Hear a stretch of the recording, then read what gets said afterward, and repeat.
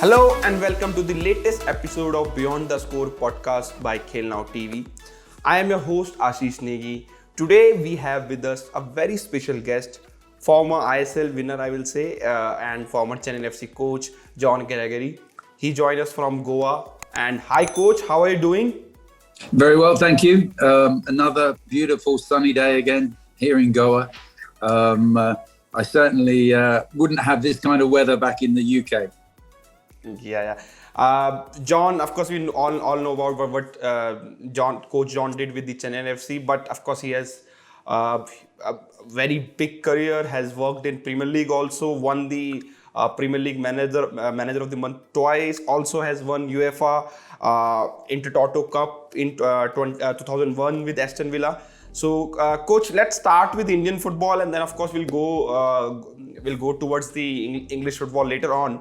How your time this time around compared to previous stint in India?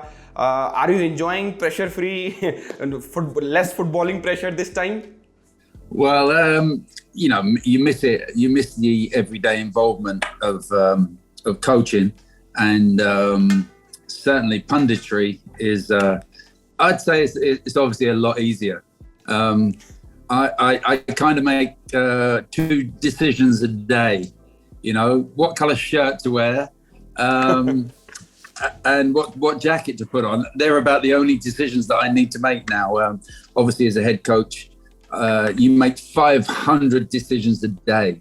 Honestly, it's just non-stop, and you guys would never understand it unless you actually do it. You know, you're asked by everybody. You're surrounded by 30 or 40 people within your football club, players and staff, and everybody wants to know what time is dinner, what time is the meeting, what time are we training, how many are training, what colours to wear, do I need my boots? And the coach just has to answer every single question. So there's huge amounts of pressure on them, and I don't miss that side of it, but I certainly miss the all-round involvement and actually being on the training field, coaching. I really miss that, yeah.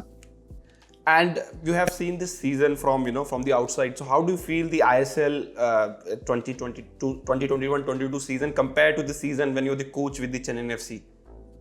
In terms of quality, because they also change in the number of foreigners in the playing 11. So of course there are some complaints of the quality of football going down, but then of course the rise of Indian player, because of the lesser foreigner in playing 11s. How you're seeing overall this season in Indian Super League? Well, let's just start first with the Hero Indian Super League. Man, it's really it's grown as it's grown over the 8 seasons. The quality of the Indian players has improved, and particularly in the young. When you look at, people like, just take Thapa, for example, at CFC. When the ISL started, he was 16 years old, and he's 24 years old now. So, without the Hero Indian Super League, I'm not too sure whether or not the quality of the young Indian players would have improved as much as it has. We are now seeing, obviously now there's only 4 foreigners in each team, so every team has to field 7 Indian players, and they're getting that experience game after game after game and season after season. And this is why the national team now is being filled with young, hungry Indian players, which is obviously benefits people like head coach Igor Stimac. But no, it's exciting. I think this season has been one of the most exciting seasons. It's not easy, obviously, playing in a bubble when you're literally playing every 3 or 4 days. You've got a game coming up, and obviously you're very restricted in not being able to go out into the local communities. You're not allowed to mix with fans. Fans are not being coming at the games. So having had all those negative issues. I still think that this season has been incredibly exciting with so many teams. And if I could just say, it's so refreshing to now see in the semi-finals, Kerala Blasters, who have not been there for 6 seasons. You're seeing Hyderabad, who have never been there before. JFC have never been there before. And obviously ATK Mumbagan are very experienced at this stage of the competition. But it's so refreshing because you normally see FC Goa you're seeing Mumbai, you're seeing Chennaiyin, you're seeing Bengaluru, all in semi-final places. And this season is different. You know, it's so refreshing. And I think the fans of the clubs that have qualified must be really, really excited for their teams. To see their teams in semi-final places must be brilliant for them. So everything's going great. So, Coach, I have two questions based on what you've said. You know, I will start with the top four places, of course, because as you finished with that, do you think that we have these number of changes in top four because the increase in the number of Indian players? Because then, you know, a team with the lesser budget can also compete because they can get quality 4 foreigners instead of 5 or 6. And then, of course, with young Indian players, there's not much difference between the teams in terms of the Indian players. You know, everybody have kind of similar Indian players. Do you think that's the main reason, or you think club like Kerala Blasters, Jamshedpur or Hyderabad has done well in last couple of seasons to build this team across? So what do you think the main reason behind in the changes of these top 4 of the Indian Super League for this season? I think initially is obviously the Indian players. They've improved the quality of the young Indian players, the boys in their mid-20s in particular. I think the quality of those guys has improved because of the Hero Indian Super League, because of how it was formed, and obviously with the foreign coaches and the foreign players. But if you look at the recruitment of the top 4 teams of the foreign players that they've brought across, they all seem team players. You know, I look at Kerala, and if I'm an Indian player now playing for Kerala, I would kind of think that they really mix well with the foreigners. There's a really good mix. I think I obviously had a very talented team in Chennai in season 4, and my foreign players, people like Calderon, Sereno, Augusto, all treated the Indian players as equals. There was no sort of, you know, we're from Europe or South America and we're much better than you. They treated the young boys as equals. And I think if you look at the top 4 that have qualified for the semi-final, they seem to have that real togetherness as a group of players. You know, it's not like foreigners and Indians. They just mix well together. They all help each other. People like Sahal this season for Kerala, as I think working with the boys that are at Kerala, the foreign boys that are at Kerala, he seems to have improved this season. He seems to become a better player. He's more of a 90-minute player than he was before. We used to see him for 2 minutes and then you wouldn't see him for half an hour. You know, and then suddenly you notice Sahal when he comes back in the game. And I think he's been more of a 90-minute player this season. Liston has actually come forward this season, and he's had to stand up on his own this season. But I think he's had a great season. But right the way through the league, I think there's been a major improvement with the youngsters, which is obviously beneficial to the national team in particular. So I think that's the reason we have seen the different top 4 compared to the previous season. As you mentioned, the traditional top 4s like Goa's and Bengaluru's and Chennai. I think Indian players, of course, increase of Indian player means that kind of every club is kind of more of equal, because you can get good quality 4 foreigners to compete with the teams like ATK Mohun Bagan or Mumbai City FC with the higher budget. Coach, one more question from the previous thing you said about Anirudh Thapa. Anirudh Thapa comes from my hometown Dehradun, and I know him since he was 13-year-old. So we are a good friend also. I always felt, under you also Thapa played very well. He has won ISL with Chennaiyin FC. He is one of the main midfielder for the Indian football team now. One of the experience, I will say, even he's in mid-20s, still in mid-20s. I felt that, for an Indian footballer like Thapas or Brendan, there is an upper ceiling in ISL. In Indian Super League. I always believe that if Indian football needs to improve, these our best Indian players need to go outside to Europe. Do you also believe that Thapa has signed a small extension with Chennaiyin FC now, 2-year extension with Chennaiyin FC? Of course, we all know all about what Chennaiyin FC is going through from last 2 seasons. Do you feel that players like say Thapas, Brendan, Sahal, Liston, who are best Indian players now, they should look towards Europe or other Asian league to improve their game further? Or do you feel that playing in Indian Super League they can still improve even if they are the best Indian player in Indian Super League? Well, I mean, Chanti went to Norway, didn't he? and for a trial. we Yeah. all. Yeah, but we kind of all expected him. I mean, all the noises that we were getting back from Norway was that, you know, there's a good chance that he was going to sign for them. And, you know, Norway is one of the lesser lesser standard of football. And obviously, when Chanty went there, I was kind of expecting that he would actually sign and stay there, and then obviously further his career playing in Norway and obviously playing in European football. But I mean, it didn't happen for him, and you know, he wouldn't have cost much money to them, and contract-wise, I wouldn't imagine it would have been a problem. But you know, that kind of tells you that the standard is that much higher when you're going to a European club, and all the boys that you've mentioned need to really up their game.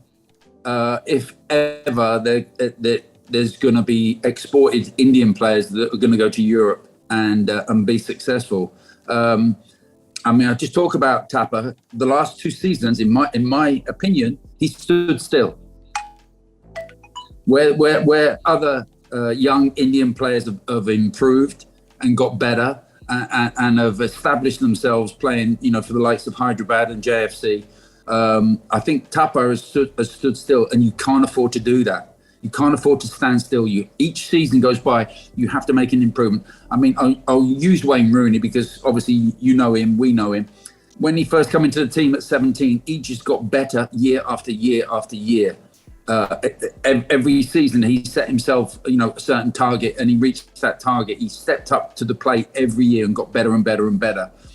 And that's what the likes of Thapa and Liston and Sahal need to do. They need to get better as each season goes by, and don't settle just for being mediocre. Don't just settle for just playing in your club team season after season. I was surprised actually that Thapa actually was prepared to sit down and sign a 2-year deal.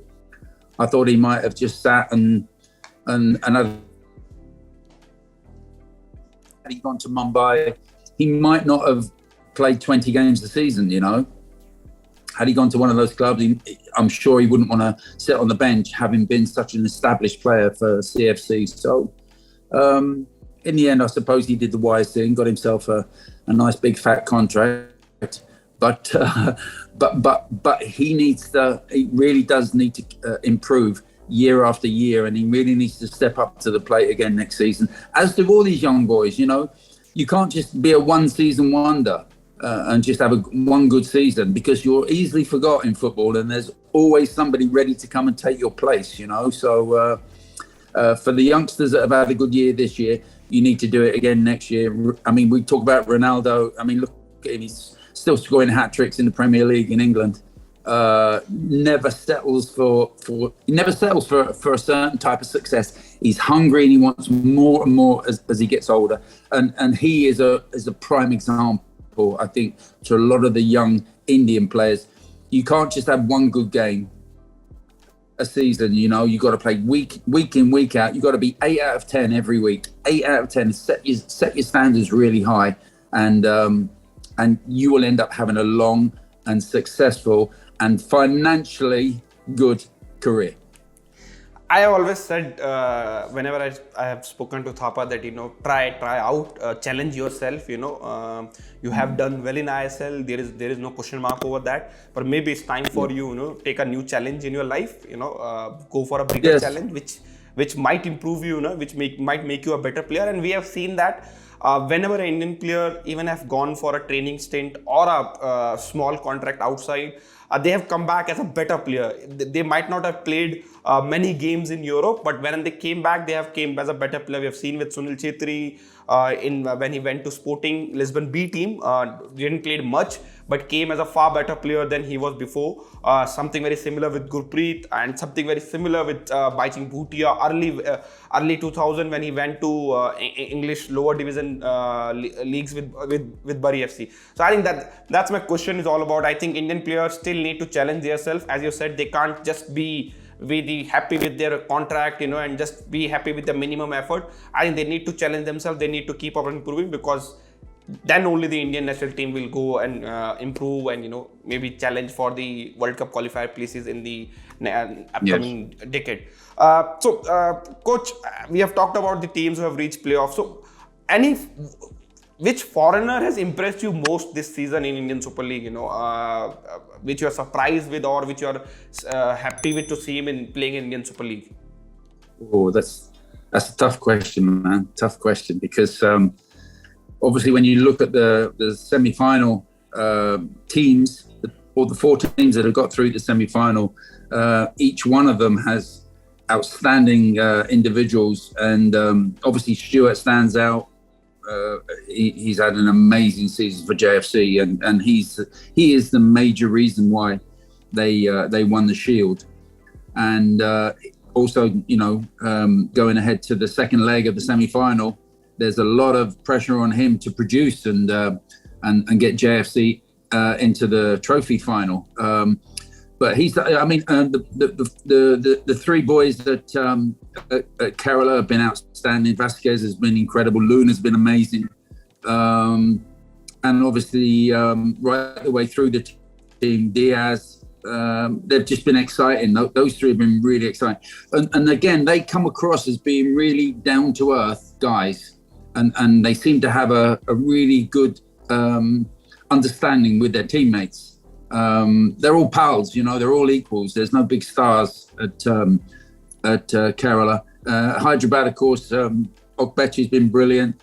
Chuku's been brilliant at JFC since he come into the team. Obviously, I had a bet behind the scenes with Prad and Reddy, saying that I said Valskis would score more goals than Chima, so I lost that bet.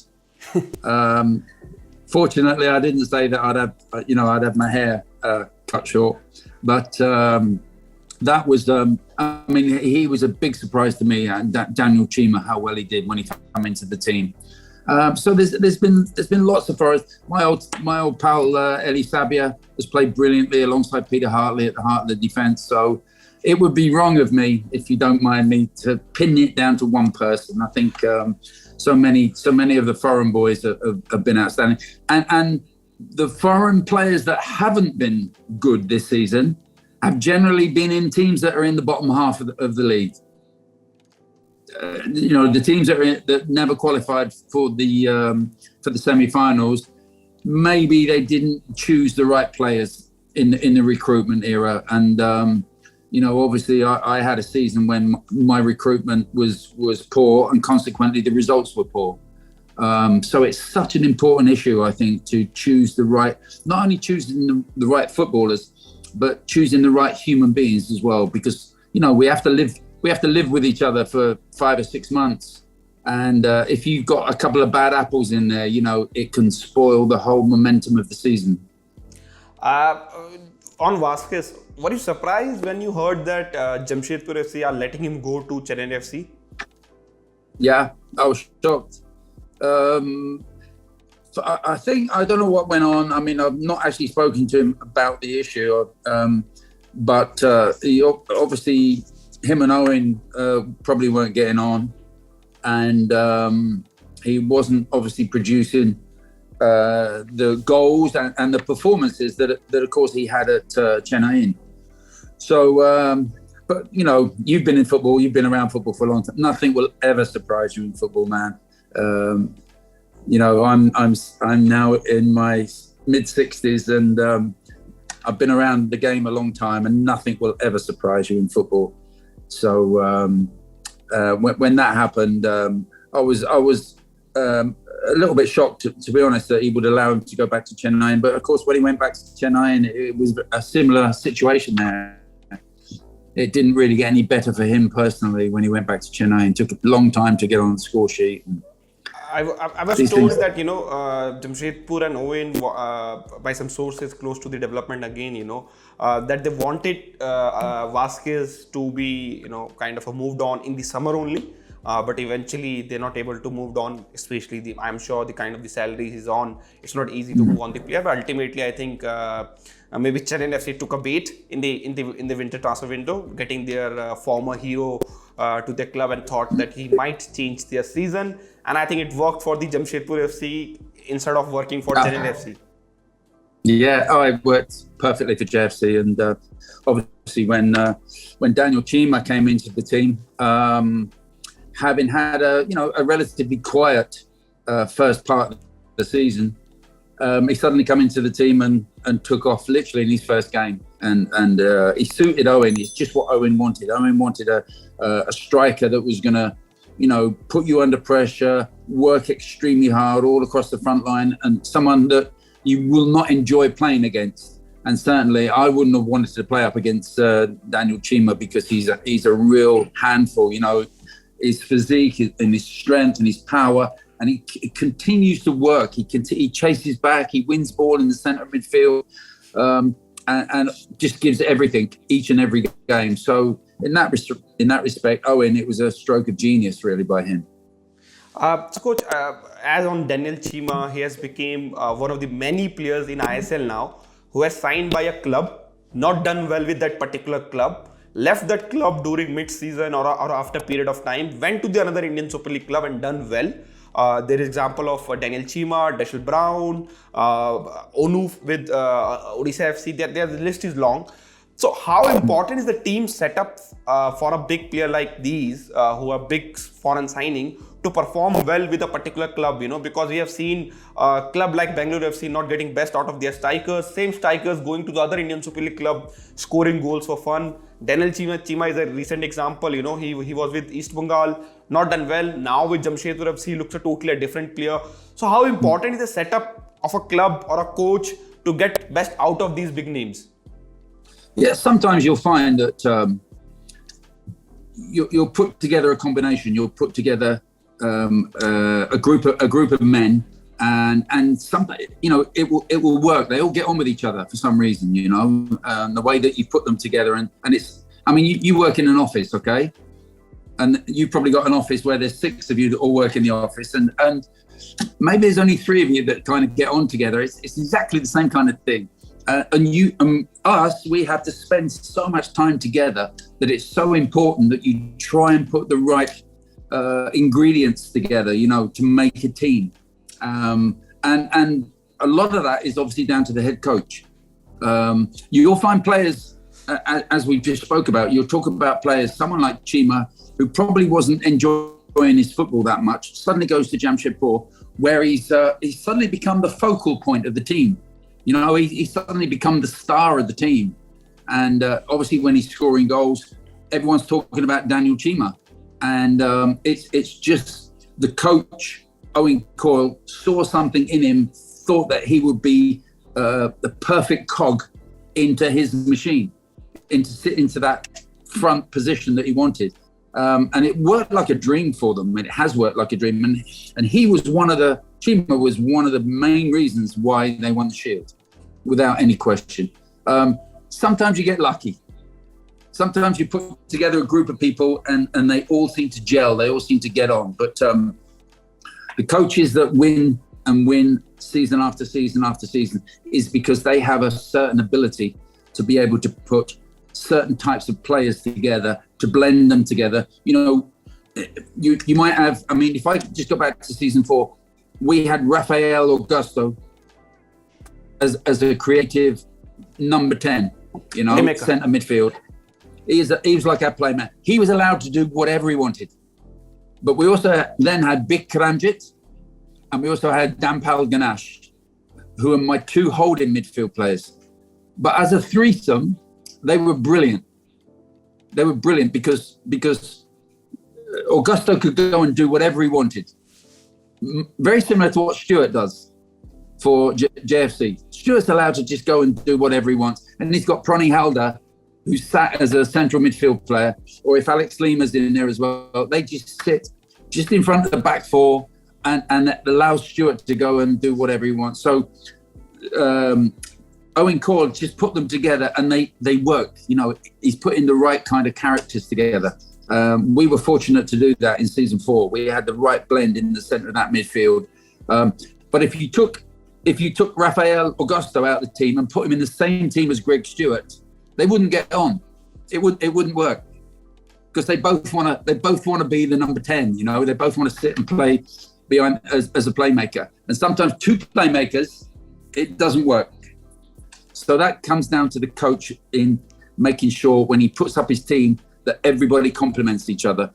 And that's why the four teams have qualified for the semi-final, because all the components that they've put together in those teams, they all work off each other and they have this fantastic teamwork that they do. This is why they've been so successful this season. I think that's why, again, all comes down to the recruitment, what kind of recruitment you does in the off season, and ultimately I think that's give you the fruits at the end of the season. Now, coach, let's come on the Chennaiyin FC. When you signed for Chennaiyin FC, how did the club convince you to come to the India, and what was the reason behind signing for Chennaiyin FC and coming into the Indian Super League back in 2017? I was I went on a football meeting back in England, and I sat with Peter Taylor, who'd been the head coach of Kerala Blasters, English guy. He was head coach, I think, back in 2014. And I sat with him, and I started to hear about Indian football, that there was a lot going on out here with the Hero Indian Super League. And I sat with Peter Taylor, and he told me about some stories about Kerala, how amazing it was, and the football out there is brilliant, and it's great, and this, that, and the other. And I kind of, got excited just listening to him. And he just said it was run very professionally. They're really working hard. This is the start of it all. It's just been born and it's growing and growing. It's going to get bigger and bigger. And so, of course, I was very aware of it. And then I got a phone call one day from Amoy Ghoshal. And he talked to me and asked me if I might be interested in coming. So I went through the interviewing process and eventually came over, met the owners, spent some time here. And then obviously I was offered the job, took the job. And I flew out for my first day's work, basically. I came out to India and I was met at the airport by a couple of thousand Chennaiyin fans who probably never, ever heard of me ever before. But I sort of turned up and I got a hero's welcome, and I hadn't even done anything, So that in itself was incredible, and I'd never sort of been in that kind of situation ever before. So that was special, and obviously we started the season, and everything sort of fell into place that year, and it was everything about it was exciting. In England you don't really fly to matches, because everywhere is only a couple of hours away. But obviously in India we were flying left, right and centre every week. We were getting on a plane and flying off somewhere, playing a match, and you just sensed that there was kind of something happening out here. It was exciting and wanting to be part of it. And obviously when I look back at the players that have been to India, the superstars, absolute world superstars, not Indian superstars but world superstars that had all come out and played in India.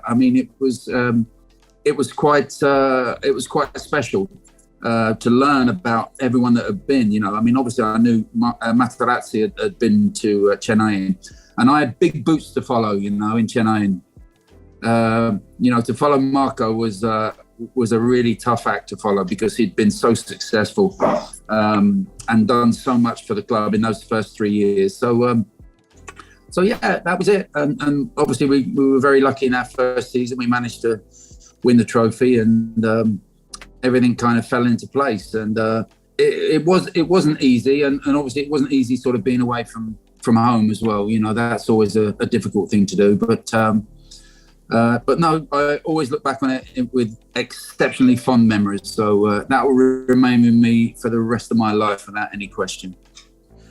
Coach, how was the experience of preparing for interview or giving the interview of our Indian Super League club compared to the English clubs or other European clubs you have worked with? So was it different, or your preparation was on similar line with what you have done in the past? No, it was pretty much on similar lines in the preparation. Sometimes the facilities were not always brilliant. That was the hard thing. Sometimes some of the pitches that we had to sort of train on, had to prepare on, weren't as good as what I'd been used to. but I kind of thought, it's basically the same for everybody. We're all on a level playing field in many respects, with the lack really of the quality training facilities. But that was fine, and traveling to matches was great. I mean, the fact that we used to go 2 days in advance, whereas in Europe you tend to go 1 day in advance. So we always went 2 days in advance and made sure we had plenty of time in preparation. Strange things, you're not allowed to train on your own pitch in your own stadium. We're not allowed to do that. And little rules like this used to antagonize me somewhat. Why can't we train? This is our own stadium. We weren't allowed to use our own stadium, which is obviously something that we can do anytime back in the UK. You can always use your own stadium to prepare for the weekend, and all that kind of thing. So there was lots of rules to get used to. I always felt that we never got the decisions going our way. I always felt that we always seemed to be battling against the authorities. We get to the final. It should have been played in Calcutta, and suddenly we find out it's been changed. It's not being played in Calcutta. It's being played in Bangalore, and it just so happens that Bengaluru are in the final. So we've got to go to their stadium to play in front of 25,000 partisan fans. So not only did we have to try and win we also had to go to Bangalore to play the final. So I always felt that the kind of things were going against us, and we had to overcome a lot of things. I once got a red card in Jamshedpur, believe it or not, and I got suspended for 4 games for basically doing nothing. But I got suspended for 4 games, and so there was always lots of things that didn't go for us, and as I said, we still managed to get through. We even gave Bengaluru a goal start in the final, as well as playing in their stadium, we gave them a goal start as well, and we still managed to win the trophy. So maybe we were destined to win it that year. That was my question.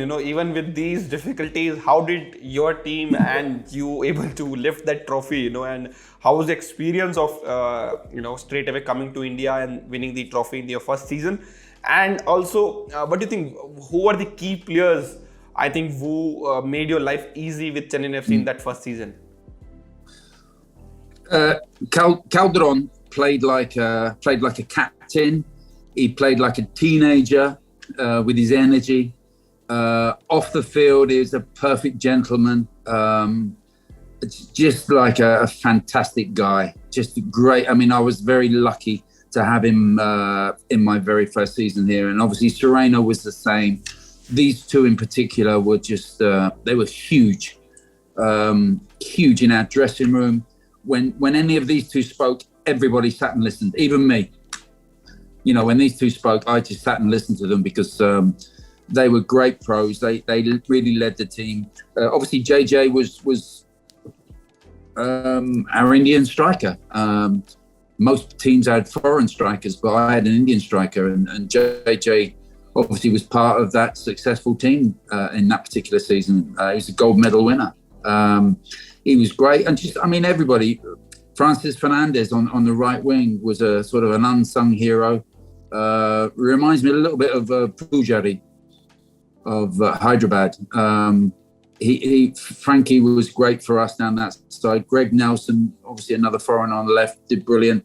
And then Dampal Ganesh and Bikramjit in the centre of midfield, Augusto. Jerry, of course, coming in, and Thapa. We had some great players, but generally the senior pros, Sereno and Calderon, they were. I mean, obviously, I've not forgotten Karanjit in goal as well.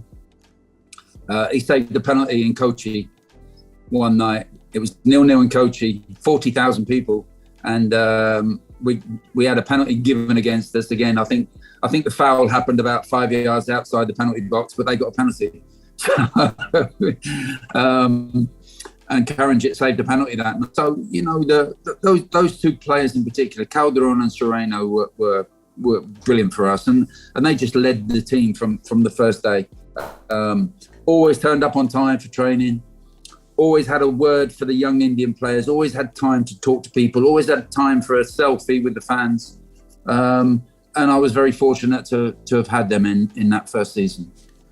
That season, coach, somebody like Koro scored 18 goals for Goa, Miku scored 15 goals for Bengaluru, Chetri scored 14 goals for Bengaluru. You know, there were Kalu Uche and Manuel Lerner at Goa who scored 13 goals each.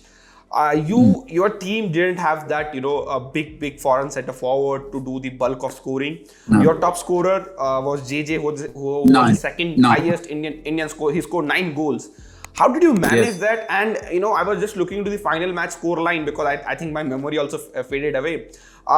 You had your defender, Melson Elvis, scoring those 2 goals, and so did you prepare especially for the set pieces for the match like that on the final?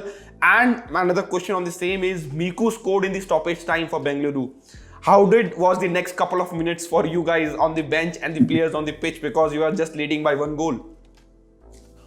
Well, set pieces, yeah, we worked a lot on set pieces. I mean, I when I first came in, I heard that Marco Materazzi didn't spend a lot of time on set pieces, and it was maybe one of the topics that the players brought back to the likes of Amoy Ghoshal, my technical director, that they didn't work enough on set pieces, both defensively and offensively. So, I did spend a lot of time on it, and I knew obviously that we would have to win matches, score goals when we got set pieces, and of course we had to spend more time on delivery. Who was going to take them? Gregory Nelson used to take corners for us, and sometimes when Galavan used to play for us in centre midfield, he would take them on the right hand side. So we had Reni Mihalic as well, the Slovenian. He was brilliant on free kicks and set pieces, and again he produced a couple of assists to help us to win matches. So we did spend time on those. Yeah, Melson was brilliant in the final, scored 2 brilliant headers. We went in 2-1 at half time. Instead of being 1-0 down, he managed to score 2 in 2 minutes. But little things like you said about the final, we went 3-1 up, I think after about 67, 68 minutes, we went 3-1 up. And I said to Calderon, do not cross the halfway line. He was my right back. And I said, do not cross the halfway line. We don't need another goal. Just protect what we've got. We're 3-1 up. Let's just protect what we got. And he's playing in front of me, right? I'm in the dugout. He's playing right in front of me. I said, do not cross the halfway line. 30 seconds later, he's near their corner flag. 30 seconds later, because that was him. He didn't know how to just sit and play in his own half. He just wanted to get up and down the pitch. So and Toy Singh got the ball. Miku had just scored. It's now 3-2. There's like a minute left on the clock, and Toy Singh gets the ball right in front of me, and I just told him to run to the corner flag, and he ran to the corner flag, and then ran it out of play for a throw-in. So I wanted him to run to the corner flag and just put his foot on it and just leave it in the corner, But he ran it out of play. Of course, they get a throw-in. The guy throws it in, and they then get another attack. And just as they reached the halfway line, the referee blew the whistle. So that was it, man. And I can just tell you one thing. When that final whistle goes, nothing can change. You've won. You're the champions. And for that first sort of 10 seconds, it doesn't really sink in. But it's over. It's finished. You're the champions. You've won. Nothing will ever change now. It's gone. You're in the history books. It's finished. And the kind of relief that you get, and obviously the pride that you get as well, in those first 10 or 15 seconds is truly amazing. And it's almost like you can't believe it's like a dream come true. And obviously for the people that were there that night, and obviously for the people that were still back in Chennaiyin, it was an amazing weekend, and it came at the end of a very long, sometimes frustrating season, but one that, as I said, you can hear it in my voice now. Something that I'll always be very proud of, and something that will stay with me forever. Yeah. Yeah. And of course, coach, and we all enjoyed that Chennaiyin FC, and Chennaiyin FC fans always, cherish that moment also. But coach, let's also speak on the next season. The second season after that, Yeah. everybody's hoping that Chennaiyin FC will put out title fight, challenge again. What happened that season?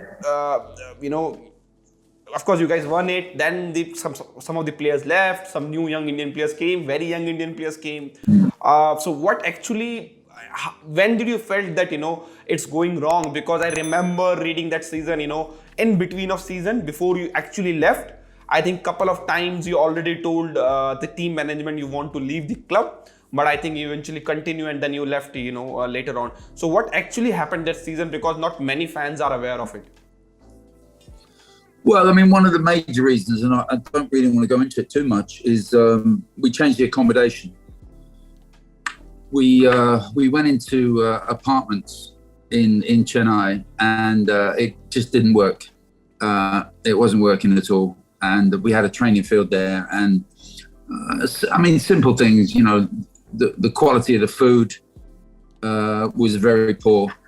And the actual living accommodation was very poor. And I lost Sereno. Sereno went back home because he had a young family that he wanted to be with and spend time with, which was very understandable. He was a big miss when he went. And, I think some of my players got bigger contracts on the back of being champions. And suddenly, I think, quite a few players suddenly weren't working as hard as they did the previous year. I mean, obviously it was new. A lot of the guys that had come out, it was all new to them, and obviously they really put it in, and I just wasn't getting the kind of response during the second season that I'd had in the first season. And a lot of it was down to the accommodation that we went into. We'd stayed in the Hyatt Regency in Chennai, where we got treated exceptionally well, and it was hard. And as you remember, because we won the previous season, we qualified for the AFC Cup. AFC Cup, also, yeah. Yeah, and the following January, I think maybe January or February, we started to play in the AFC, which we had to play up in Ahmedabad. Because stadium was not, we couldn't play in Chennai, so we were traveling up to Ahmedabad. We were playing AFC Cup matches on a Wednesday, and then we were getting on the plane, flying back to Chennai to play a league game, and then the following Wednesday we had to play the away leg in the AFC Cup, and we had games coming at us left, right, and centre. And as you know, we changed quite a few of the team in the second season. And basically, we made a lot of mistakes between us, between the management and myself. And it was a really tough season for us in the Hero Indian Super League, as well as playing in the AFC Cup as well. So that was the main reason that year. I wouldn't want to go into it any more than that, but there was a lot of little indications that obviously things were not as good as they were the previous season, and we were struggling on the field. Yeah, so coach, the second season, Chennai finished last. You came back on the third season, and of course, we also played in the Super Cup that year. Yeah, at the end of the second. So we were playing in the Super Cup, the AFC Cup, and also the Hero Indian Super League, and we didn't really have the squad to deal with it, to be honest. And you were saying you started. Yeah, I was saying. Then, of course, the second season that didn't went well because, of course, as you listed. Then you came back for the third season, and of course, there were some reports here and there. There were thoughts given from your side that you don't want to come back, but you eventually came back. And then, of course, the performance was not the same. The squad was changed again. The foreigners was changed. So, was any thought came in your mind that do you want to leave after the second season, or you wanted to come back in the third season and to give another try? Yeah, I was happy to come back in the third season. I think we got to the final of the Super Cup. We lost to Goa 2-1, up in Bhubaneswar. Yeah. And we'd had a good finish sort of in that respect, getting to the final of the Super Cup, even though we didn't win it. And we were still in the AFC. And we come back at the start of the season. And obviously I'd had a long chat with Vita Dani, our owner. And she was brilliant. I mean, they were brilliant to work for. Both her, Abhishek, MSD, and Vita were brilliant in my relationship with them. They basically did everything they could for me. They helped as much as they could. They never put me under pressure. You know, they weren't on the phone every 5 minutes like a lot of the owners are. You know, wanting to know everything that goes on in football club. They were excellent. I couldn't have wished for better owners, to be honest. And I didn't want to let them down. You know, I really didn't want to let them down. And the season didn't start very well. We didn't play very well at all, and we couldn't score a goal, as you know. And then suddenly we just started to turn the corner. We beat Hyderabad at home, and we drew with I think we drew with Odisha. I think it might have been Odisha. We drew with somebody at home, 2-2. And things were improving. Valskis had just suddenly scored. I think he scored 4 goals in 2 games. So, but I wasn't happy, and I think the fact that I've been involved, I've been in India for basically 11 months. For the previous 11 months, I don't think I've been home much during that time, and I was getting a bit homesick as well. And I just thought maybe it's time for me to step aside. I really did. I really felt for the club. I felt for the owners. I felt for the fans, and I really thought it ain't working. So let's move on. Let somebody else come in. Somebody else just, you know, a fresh face might just be able to pick up the team somewhat. You know, I had some good players there, but for some reason I wasn't getting the best out of them. And in all honesty, hand on heart, I felt it was the best thing for the club, for somebody to come in. So I went and saw Vita. I sat with Vita and told her what I wanted to do. She didn't want me to go. And I just kind of said, look, I just think it's best for everybody, for the club. I still had 6-7 months contract, but I didn't want a penny. I didn't take one more penny. We shook hands, and I agreed to go. I said that I was going to go home, and Vita supported me. She wanted me to sleep on it, which I did, and I still felt the same the following day. And I decided to leave. And as I said, I didn't take. I could have just sat there. Even if I got fired, the club would have had to give me 7 months' money. But I didn't think it. You know, I'd been well looked after from day one, and I wanted to finish on a happy note with everybody. So I just decided it was time to go home, and regretted somewhat. But I don't like goodbyes. I prefer hellos to goodbyes. So I think, coach, and sneaked off at night. Yeah, and you have to see also the decision kind of worked in favor of Chennaiyin FC. You know, Owen came and he took them to the playoff, you know, and inch away from another trophy. But since then, Chennaiyin FC have a mixed story. They have tried multiple coaches and have not got the similar success. And of course, their fans are very demanding though. They have seen that early success compared to other ISL teams. So I think hopefully they will be back to their best in the upcoming season. Now I quickly go towards the national team before we wrap this up, you know, coach.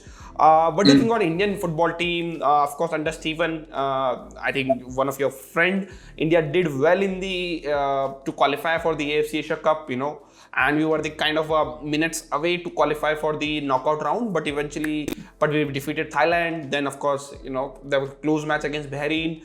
What do you think of the overall national team during your tenure and the current state of the same with under Igor Stimac?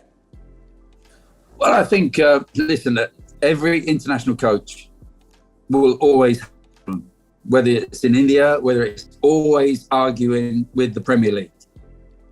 Because obviously the Premier League want the players in the Premier League. Gareth Southgate wants the Premier League players in the England team.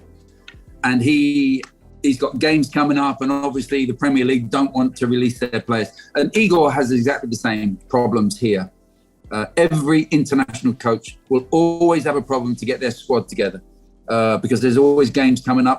I believe Mumbai this season are in the Champions League. Champions League, yeah. So their players are kind of not. Couple of them are staying with the national team, but a majority of them has left for their camp. They're also going outside India to prepare. And then couple of players who are staying with the national team, they will leave after the first friendly against Bahrain. Yeah, so it's not perfect, is it?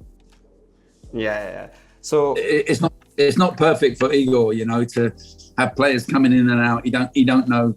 And obviously, he must watch TV sometimes, and every time one of his players goes in for a tackle, he must panic because he obviously doesn't want injured players. That's always a problem as well for a national manager.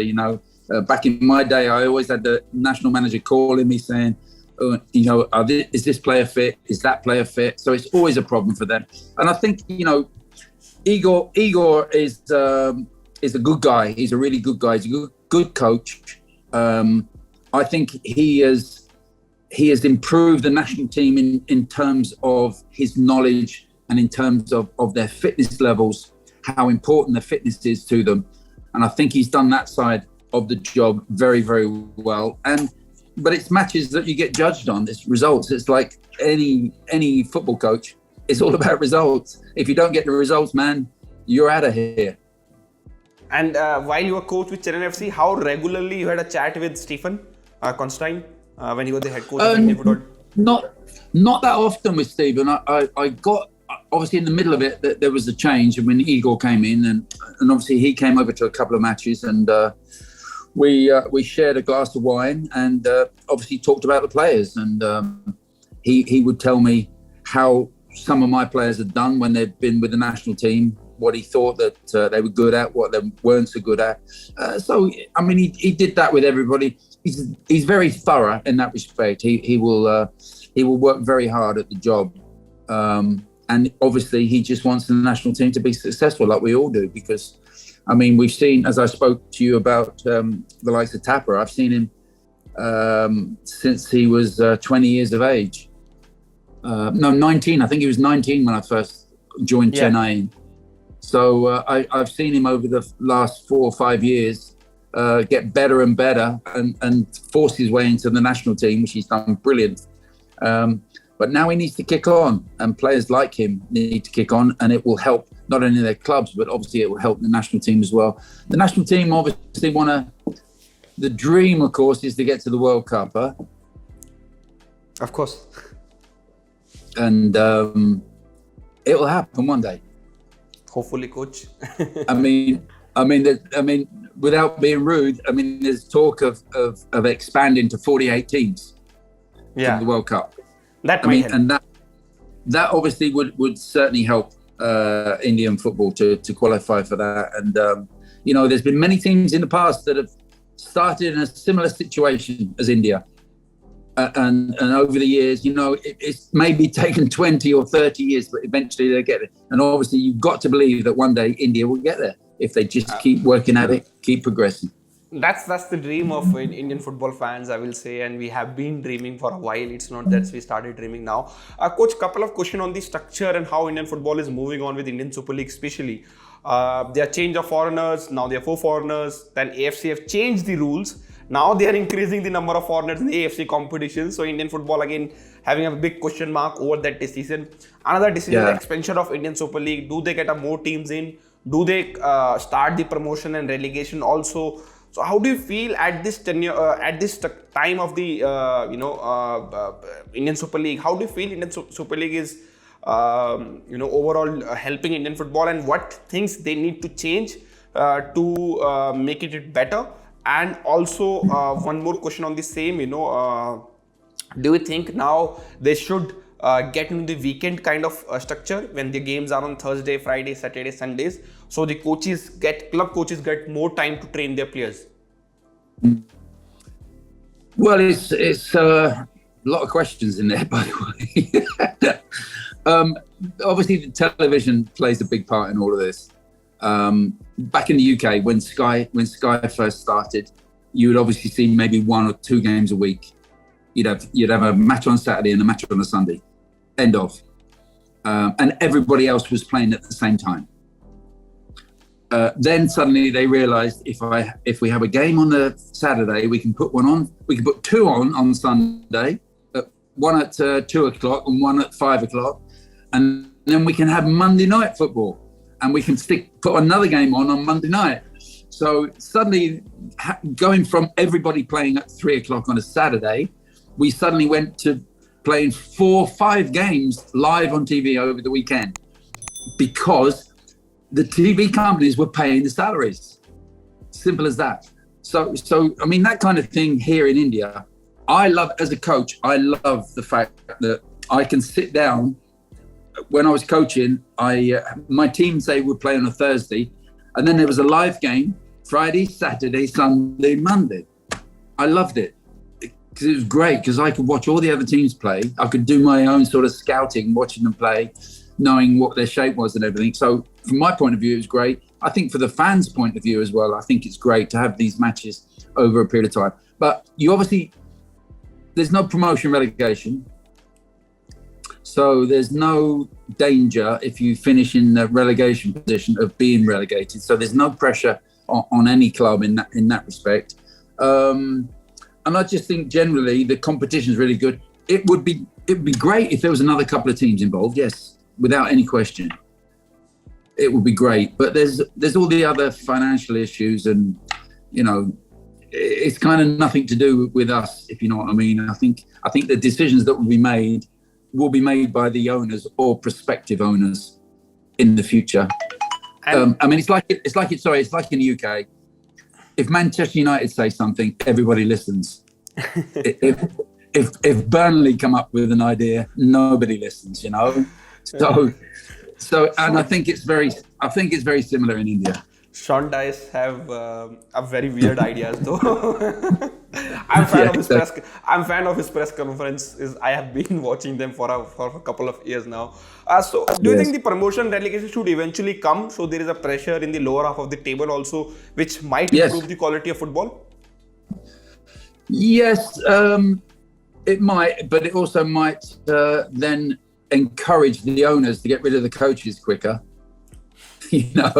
Which obviously happens in England a lot. You suddenly get near the bottom, and the fans on social media start criticising the coach, and they want to get rid of the coach. They want to change the coach, and the owners get put under pressure. And an old president of mine many years ago, he said to me, John, he said, when the crowd start chanting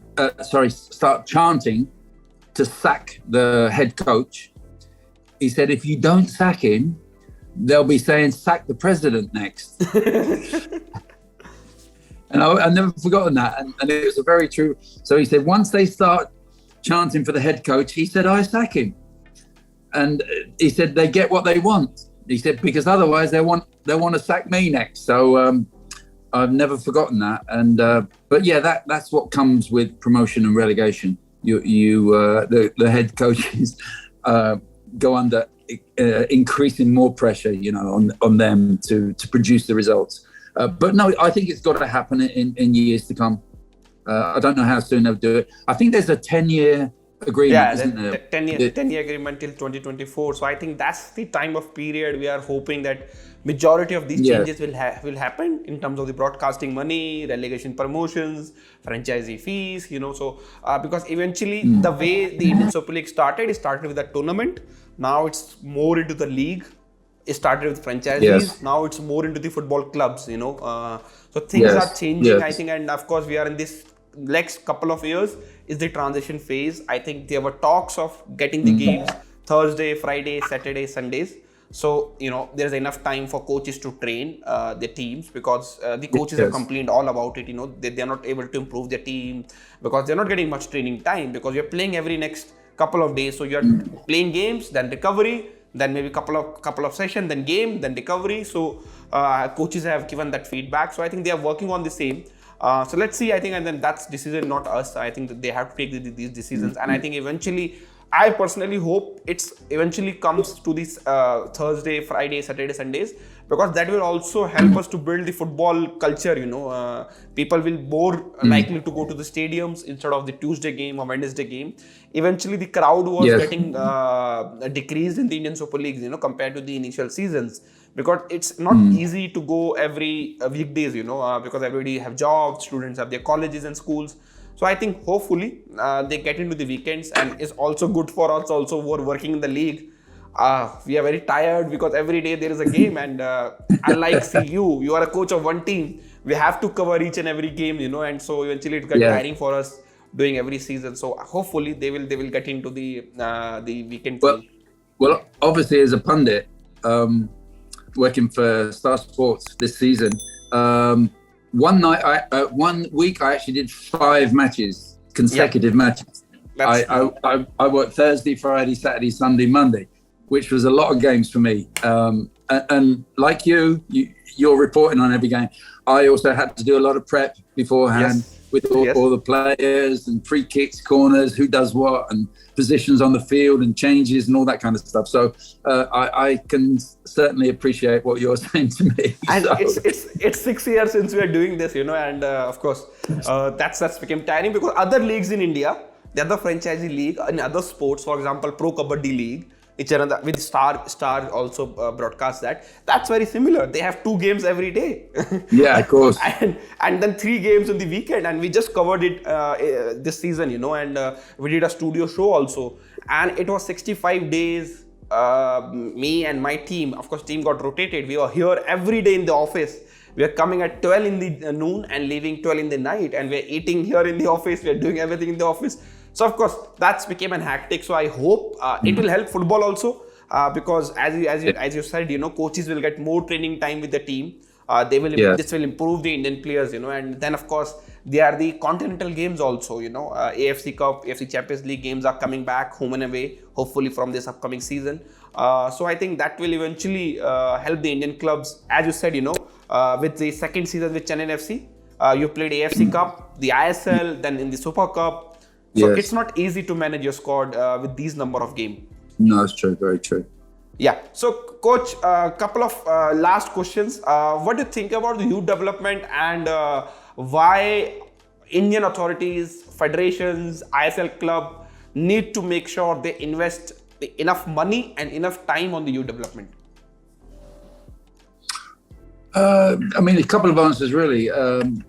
If you're one of the smaller clubs, it's a huge financial outlay for you to run a youth development squad. There's so many things that you have to take into consideration.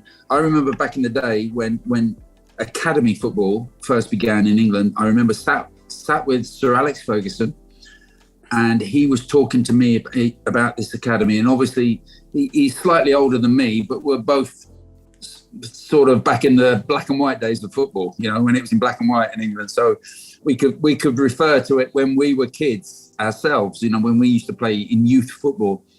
And he said, John, these days, he said, you have to register them at the club, and you have to look after mum and dad and all this stuff. And then he said, you have to put them all in kit. You have to give them tracksuits, jackets, bags, shoes, boots, training clothes, footballs, he said, and the expense of it all, of trying to run an academy, he said it like doubles your salary. It doubles your outgoings in a season. And he said, and that's before you've even found one good kid. You've had to spend so much money just to get them into your football club. And he's talking about Manchester United, one of the richest clubs in the bloody world, But I remember that in the early days, and that is still very relevant to today. It's a huge expense that you have to pay, and to get a quality player that comes through that system into your first team, and who's going to play for you in the Hero Indian Super League, it's a long process, and it's a very hard one. And obviously you got to employ coaches as well to coach at that level. So it's quite easy for me and you to sit here and say this is what they should do, this is what they should do.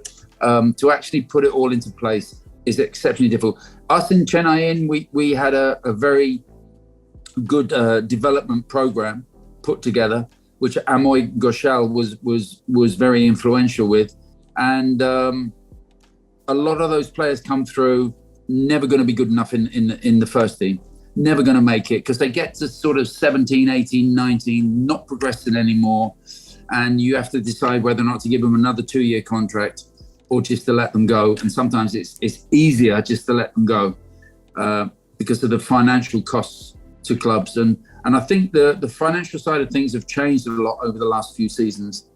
Clubs are not willing to spend as much money as they did in the early days of the Hero Indian Super League. I think that's changed a lot with the owners, because each season they can see they're just losing money year after year after year. Some people can afford to lose it, others can't.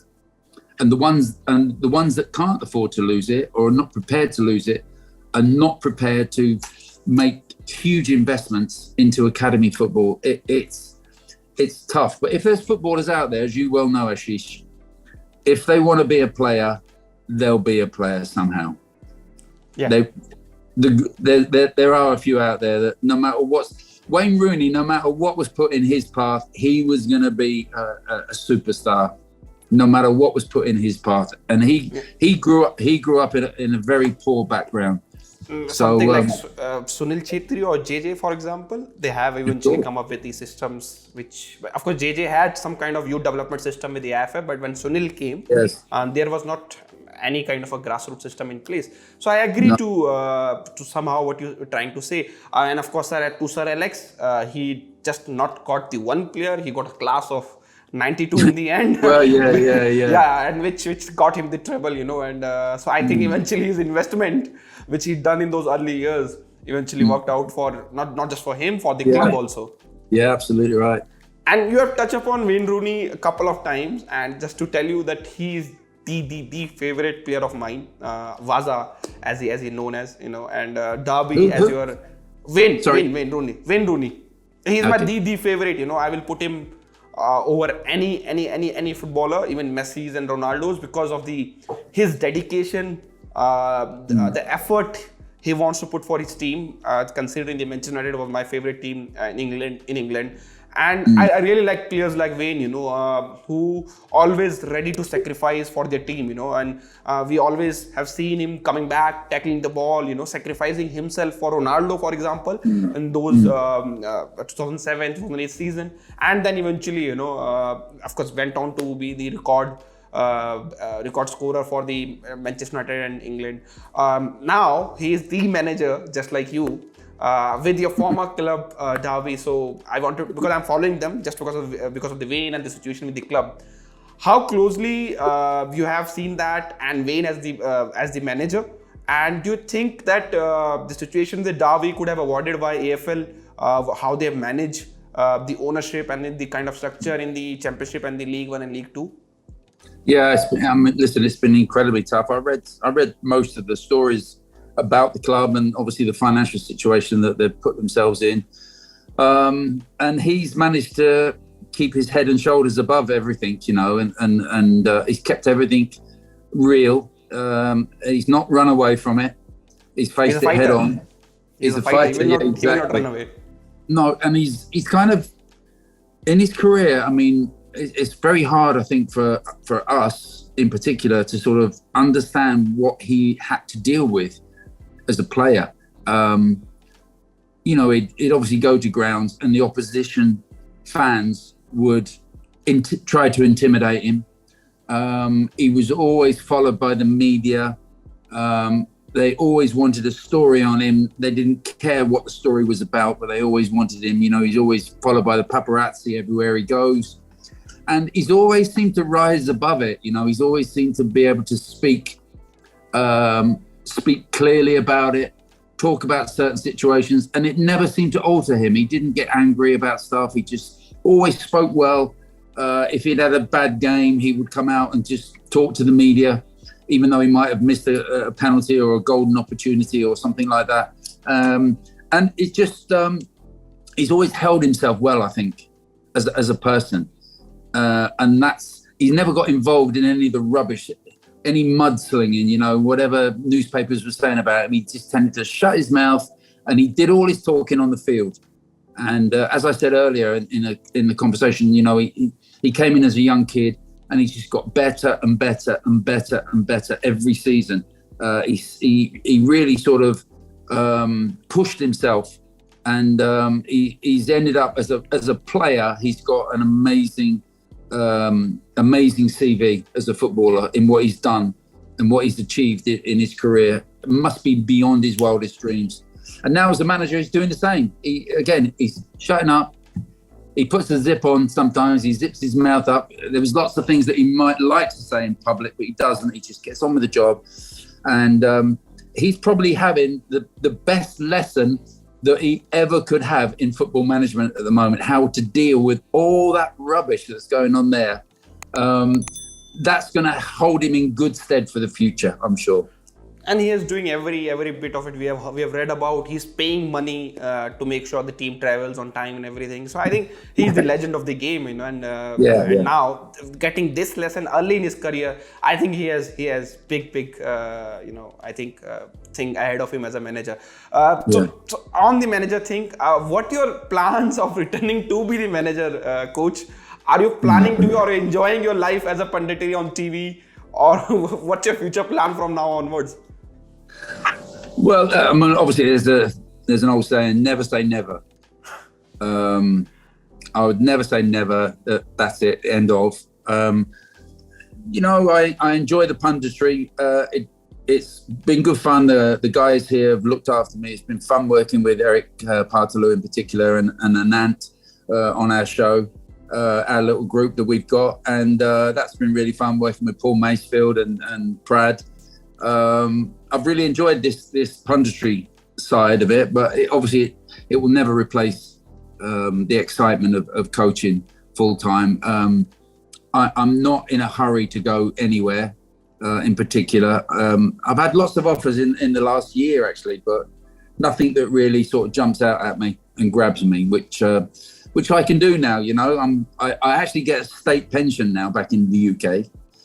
It's not a large amount of money, but the government actually pay me a pension now. So and everything else is fine off the field. I've kind of looked after stuff, and I'm very close, obviously, with family and things like that. So and I miss my dogs more than anything. I've got 2 dogs at home, which I've not seen for the last 3 months. So I'll be looking forward to getting home to them after the weekend. But other than that, no, listen, Ashish, whatever happens. If there's ever an opportunity for me, I can think about it long and hard. I don't need to just rush into something. So if something comes, we shall see. Yeah, and any message to the Chennaiyin FC and Indian football fans before we wrap this show? Well, obviously, Chennai is there in my heart forever. That will never change, man, never change. And I met a huge amount of really, really good people connected with the club. And I've got nothing but love for the club and everybody there. And obviously, I just want to see them win the Hero Indian Super League next season, and the Shield, and the Cup, and qualify for the Champions League and win the Champions League as well. And maybe win the World Cup one day. That'll be next. So, no, I got nothing but happy and fond memories. And I say, those memories will stay with me forever and ever. So let's hope Chennaiyin make a good appointment in the summer and challenge that top 4 next season. So it was an absolute pleasure to have John Gregory with us today. Thank you, coach, for your time, your input, and and sorry for the delay initially. We started 5 or 10 minutes late because of some internet lag at our place. To our viewers and listeners, you can listen to all the episode of Beyond the Score podcast at your leisure on the Spotify, iTunes, JioSaavn, Gaana, and all other major platforms. You can also catch them in the video form on Khel Now TV YouTube channel. Until next time, this is your host Ashish Negi signing off. Thank you for watching.